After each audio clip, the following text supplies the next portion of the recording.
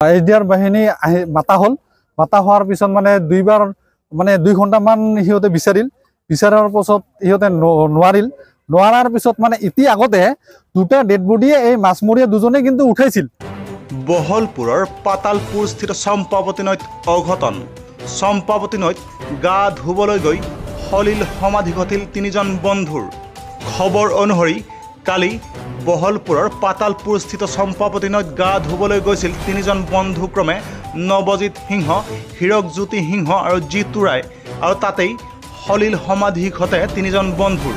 ৰাইজৰ অভিযোগ যে যুৱক 3জনৰ মৃতদেহ উদ্ধাৰৰ ক্ষেত্ৰত বহু পলমকৈ ঘটনাস্থলীত উপস্থিত হয় SDRF বাহিনী, আৰু উপস্থিত হোৱাৰ পিছতো ব্যৰ্থ হয় SDRF বাহিনী আৰু স্থানীয় দুজন মাছমৰীয়াই স্থানীয় ৰাইজৰ সহযোগত টুলুঙা নাও আৰু জালেৰে উদ্ধাৰ অভিযান চলাই উদ্ধাৰ কৰিবলৈ সক্ষম হয় 3জন বন্ধুৰে মৃতদেহ।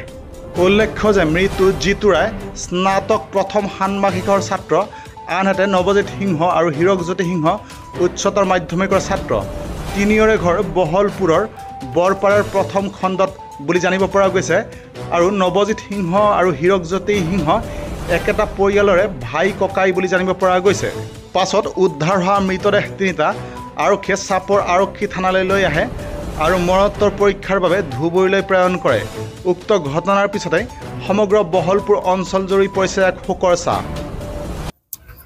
ঘটনা মানে খুব সঁচাকৈ খুব মৰ্মান্তিক ঘটনা আমাৰ বহলপুৰ মানে পাতালপুৰত সংঘটিত এটা হৈছে যে পাতালপুৰ সিদ্ধ যোগাশ্ৰমৰ কাষতে 3জন ল'ৰা গা ধুবলৈ আহি চম্পাৱতী নৈত দুপৰীয়া মানে একেলগে 3জনৰ সলিল সমাধি ঘটিছে। এতিয়ালৈকে আমি বিচাৰি স্থানীয় কিছুমান ডুবা ৰৈ আছে আমাৰ ইয়াত, মানে নদীত মাছ মাৰি খোৱা মানুহ, তেখেতসকলে বিচাৰি 2জনক ইতিমধ্যে পাইছে। আৰু এজনক বিচাৰি এতিয়া মানে SDR বাহিনী 2 ঘণ্টা বা 2.5 ঘণ্টা পলমকৈ আহিছে যদিও তেওঁলোকে এতিয়া মানে কাম ষ্টাৰ্ট কৰিছে যদিও এতিয়ালৈকে কিন্তু সফল হ'ব পৰা নাই। গতিকে আমি খুব আশাবাদী যে খুব কম সময়ত তেখেতকো মানে বিচাৰি উলিয়াব পাৰিব।